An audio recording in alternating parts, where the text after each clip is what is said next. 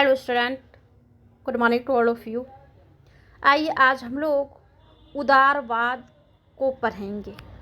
जानते हैं कि उदारवाद क्या है, इसके अर्थ को पढ़ेंगे, सिद्धांत, प्रकार और विशेषता, और इसके अलावे भी जितने भी डायमेंशंस इसमें आएगा या जितने प्रकार का क्वेश्चंस पूछा जाता है वो सारी बातों को पढ़ते हैं। ये जो है उदारवाद जो न्यू एजुकेशन पॉलिसी आया है, न्यू एजुकेशन पॉलिसी का सिलेबस भी जो है नया ही है। उस नए सिलेबस में जैसा कि यहाँ पे ये सेमेस्टर 1 में जो है इतने चैप्टर्स को पढ़ना है, जैसे है unit 1, unit 2, unit 3, unit 4। Unit 1 में सबसे पहले पढ़ना है कि व्हाट इज पॉलिटिक्स, यानी राजनीति क्या है। थियोराइजिंग द पॉलिटिकल, इसे भी जानना है, इसका meaning, nature, scope of political science. ठीक है। उसके बाद हम लोग पढ़ चुके हैं growth of political science as a discipline, ठीक है, एंड ट्रेडिशनलिज्म पढ़ना है। ये भी जो है हम लोग पढ़ चुके हैं कि पॉलिटिकल साइंस का ग्रोथ किस प्रकार से हुआ है और इसका डिसिप्लिन और ट्रेडिशनलिज्म जो है, ये सारी चीज़ों को हम पढ़ चुके हैं। दूसरी बात है कि स्टेट ऑफ पॉलिटिकल थ्योरी को भी पढ़े हैं और आज के संदर्भ में पढ़ना है, और डिक्लाइन एंड रिसर्जेंस इसका भी पढ़ना है। तो ये जो है पतन, राजनीतिक सिद्धांत का पतन और पुनरुत्थान, इन बातों को भी हम लोग पढ़ चुके हैं। आज जो है हम लोग यूनिट 2 को शुरुआत कर रहे हैं कि school of political theories. School of political theory में क्या क्या पढ़ना है? लिबरल पढ़ना है, मार्क्सिस्ट पढ़ना है, सोशलिस्ट पढ़ना है एंड अनार्किस्ट को पढ़ना है। तो आज हम क्या पढ़ रहे हैं? आज हम पढ़ रहे हैं लिबरल को पढ़ना है, उदारवाद को पढ़ना है। ठीक है। तो आइए हम जानते हैं कि उदारवाद जो है और उदारवाद में क्या क्या पढ़ना है। उदारवाद में पढ़ना है, इसके अर्थ को पढ़ेंगे, उदारवाद का अर्थ क्या है, फिर पढ़ेंगे उदारवाद क्या है, सिद्धांत, प्रकार और विशेषता। इसके अलावा और जितने भी इसमें आएगा सारी बातों को पढ़ते हैं। सबसे पहले हम उदारवाद का अर्थ को हम समझते हैं कि उदारवाद का अर्थ क्या है। उदारवाद शब्द की उत्पत्ति अंग्रेजी शब्द लिबरल से हुई है। लिबरल, LIBERAL, जिसका अर्थ होता है स्वतंत्रता। इस संदर्भ में देश की सरकार द्वारा बिना किसी स्वार्थ के नागरिकों को पूर्ण रूप से स्वतंत्रता देना ही उदारवाद कहलाता है, जिसमें कि गरीब, अमीर, छोटे, बड़े, लिंग आदि के रूप में किसी प्रकार का भेदभाव नहीं किया जाता है।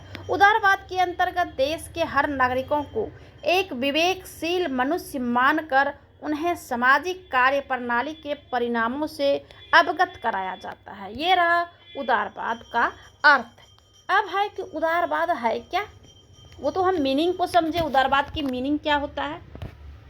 अब उदारवाद शब्द जो है ये व्यक्तिगत स्वतंत्रता यानी पर्सनल लिबर्टी, सहमति, समानता स्थापित करने वाली एक राजनीतिक और दार्शनिक विचारधारा है। विभिन्न उदारवादी इस विचारधारा की अपनी समझ के आधार पर व्यापक दृष्टिकोण अपनाते हैं। इन विचारों में नागरिक और मानवाधिकार सहित व्यक्तिगत अधिकार सबसे पहले आ जाता है। इन विचारों में, किस विचार में?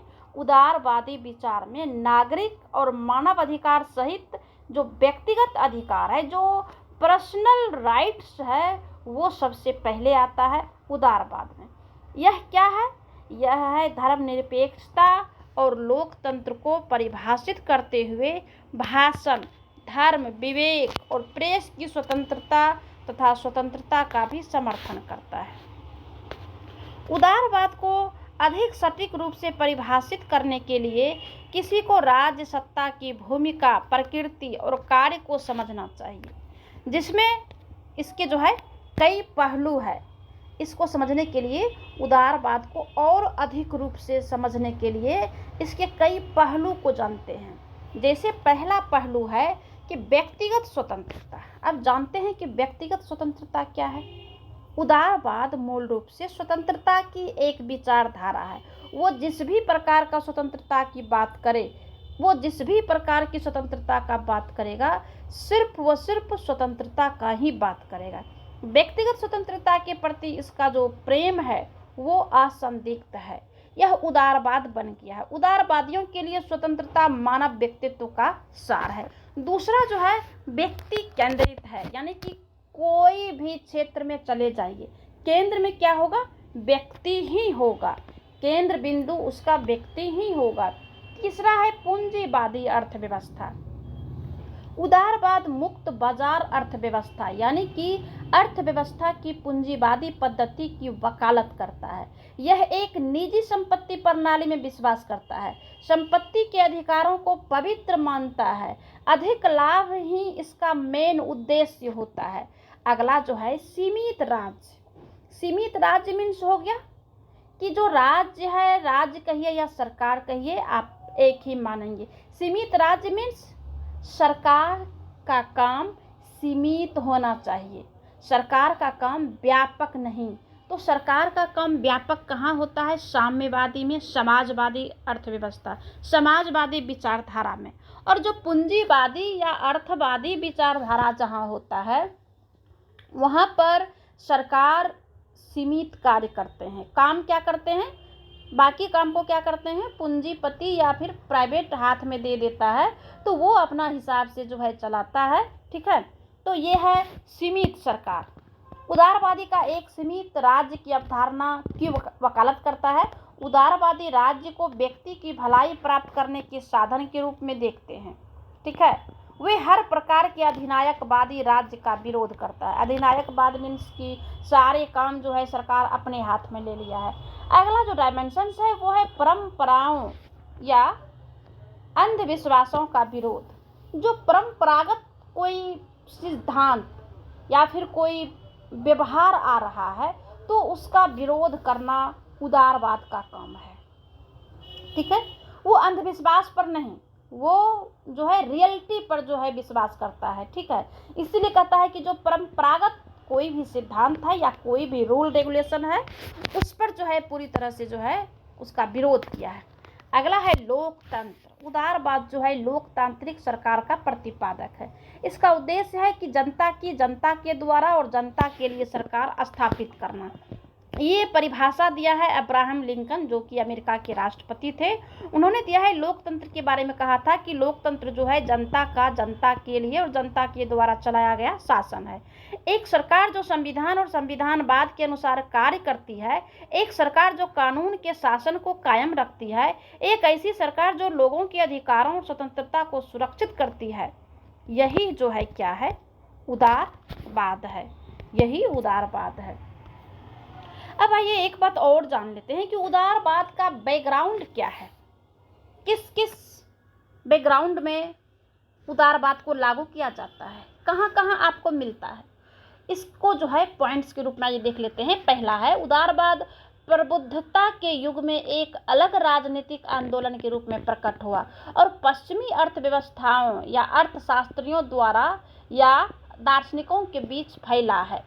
दूसरा है कि इसने वंशानुगत विशेषाधिकार, पूर्ण राजाशाही, राज्य पंथ राजाओं के दैवीय अधिकार की मौजूदा प्रथा को चुनौती दी, यानी कि खत्म किया। जैसे कि ब्रिटेन में सबसे पहले कहा जाता है कि लोकतंत्र आया ब्रिटेन में, तो ब्रिटेन में राजा रानी हुआ करते थे और वो भी वंशानुगत हुआ करता था, लोकतंत्र नहीं था। लेकिन उदारवादी के कारण जो है उदारवादी क्या किया कि इसे दैवीय सिद्धांत को चुनौती दिया। आगे है कि इसने कानून के शासन और प्रतिनिधि लोकतंत्र के साथ क्लासिक रूढ़िवादी और रूढ़िवाद को खारिज कर दिया। अगला है कि इसके अलावा उदारवादी शाही एकाधिकार, व्यापारिक नीतियों और अन्य व्यापार बाधाओं को समाप्त करते हैं। आगे है, लोग उदारवाद की उत्पत्ति का श्रेय 17वीं सदी के अंग्रेजी राजनीतिक सिद्धांतकार और दार्शनिक को जो है दिया जाता है। किसको देता है? अंग्रेज जो है उसको दिया जाता है। आगे जो इसका पॉइंट्स है कि उसके अनुसार प्रत्येक मनुष्य के पास जीवन, स्वतंत्रता और संपत्ति का अधिकार होना चाहिए। आगे है कि गौरवशाली अमेरिका फ्रांसीसी क्रांति के दिग्गज कट्टरपंथियों ने उदारवादी विचारधारा का समर्थन किया था। आगे है, 19वीं सदी में उदार सरकारों ने यूरोपीय, दक्षिण अमेरिकी और उत्तरी अमेरिकी देशों में रूढ़िवाद को हराया।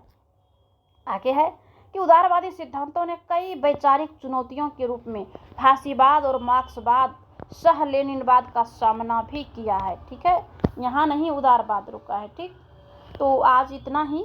अगले क्लास में हम सिद्धांत और इसके प्रकार, विशेषता को पढ़ाएंगे।